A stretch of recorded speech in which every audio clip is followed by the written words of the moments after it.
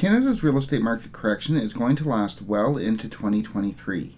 This according to an interview conducted by Better Dwelling with Bank of Montreal senior economist Robert Kavcic. Though not widely publicized, Kavcic's predictions over the past few years have been remarkably prescient. In December of 2021, he made headlines for arguing that Canada doesn't have a supply problem. It's interest rates that are driving consumer demand and pushing up prices. This was at a time when the majority of commentators, the federal government, the Canadian Real Estate Association, were all blaming skyrocketing real estate prices on a lack of supply. I never said any such thing. Kavcic also fought against the inflation is transitory narrative back in July of 2021, back when the Bank of Canada was insisting that inflation would be short-lived. So clearly his insights are worth considering, as Kavcic not only has a tendency of going against the wisdom of the day, but also being right when he does. So what I want to do today is go over the interview, looking at what Kavcic has to say about how long Canada's real estate plunge can last, where he sees the Bank of Canada going by the end of 2023, what he has to say about mortgage delinquencies in Canada, and when Kavcic says is going to be the best time to buy. It is the start of a new month, so data from September's real estate market should start to trickle in from the local real estate boards any day now, and we'll obviously have an update out on that data on this channel. Click like and subscribe if you want to get those updates, but for now, let's get into this interview.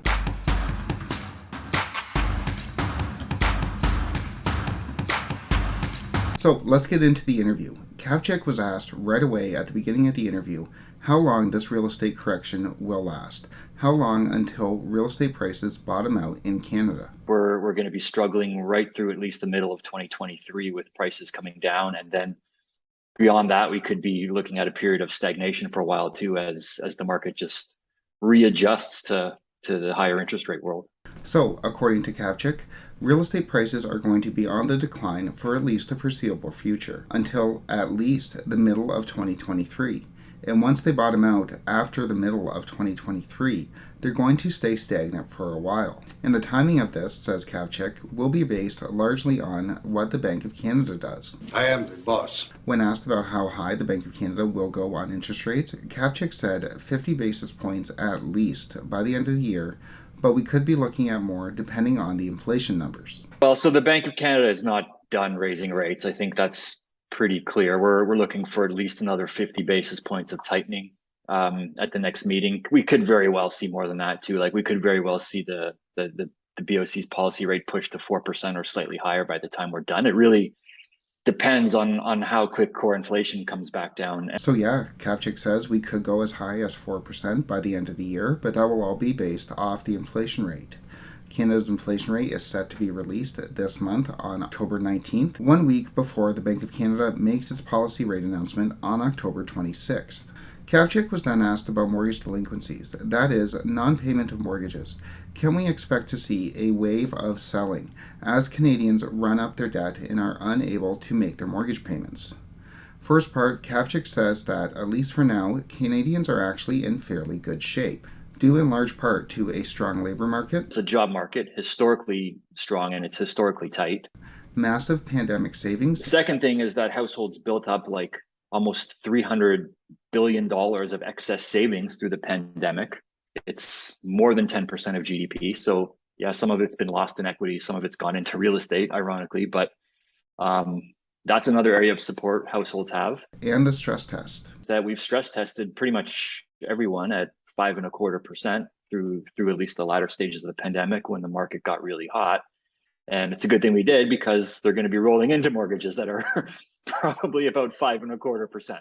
So for now at least, Kavcic says that a strong job market, pandemic savings in the range of $300 billion or 10% of GDP, and the mortgage stress test qualifying at 5.25% will ensure that Canadians, at least for now, can continue to make their mortgage payments. But so in theory, on the books, the capacity to pay should be there unless we get a really, really destructive break in the job market. And we're looking at a weaker economic environment next year for sure, but not 10% unemployment, which would really start to make this a serious question. So when then is the best time to buy?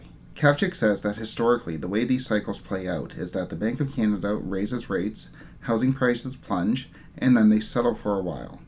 After a period of time, these higher than normal interest rate hikes will start to hit the economy. At that point in time, the Bank of Canada will reverse rates.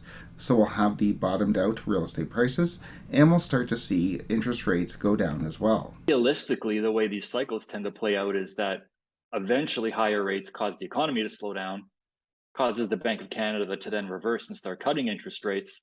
And then at some point down the road, you get really the sweet spot where prices have fallen, interest rates have then been cut, and the cycle is starting to pick up again. And that historically is really the sweet spot to start aggressively buying real estate.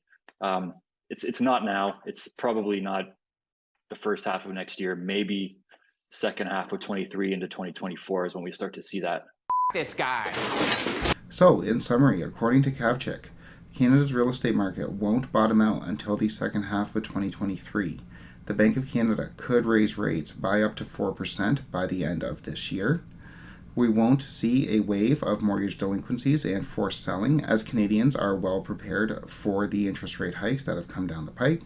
And the best time to buy will be in the second half of 2023, maybe even later than that, but this will all be dependent on the Bank of Canada's interest rates, which are all dependent on the inflation rate. There are definitely some issues with Kavcic's analysis, mainly that we shouldn't see a wave of forced selling due to the stress test. Right now, we are sitting with a prime rate of 5.45, and with many mortgages being prime -1, a lot of people have a mortgage rate right now of 4.45. It would only take another 80 basis points of rate hikes for many of those variable rate holders to be holding a mortgage higher than that which they were stress tested. They could be paying over 5.25% sometime in the very near future. So I do think Kavcic discounts the potential for holders of variable rate mortgages to be forced to sell their homes, as they will be paying well above the stress test in just a few months if the Bank of Canada continues to raise rates. Maybe not getting to the point of mortgage delinquencies where they are refusing to make their payments and are being forced by the bank to sell their homes. But I do think we will see a lot of preemptive sales, a lot of homeowners selling their homes before it gets to that point where the bank makes them sell their homes. And this will obviously lead to more homes on the market, which will increase the supply, while we are seeing demand go down with rates go up. So at that point, we should see even more price drops. But I think Kavcic's main point is that we shouldn't expect to see the bottom on the real estate market until later in 2023. And it's not going to be immediate, with the Bank of Canada continuing to raise rates and those rate hikes being based off the inflation rate. We will obviously have an update out on that inflation rate on this channel. If you want to get those updates, make sure you click like and subscribe. But for now, thanks so much for watching.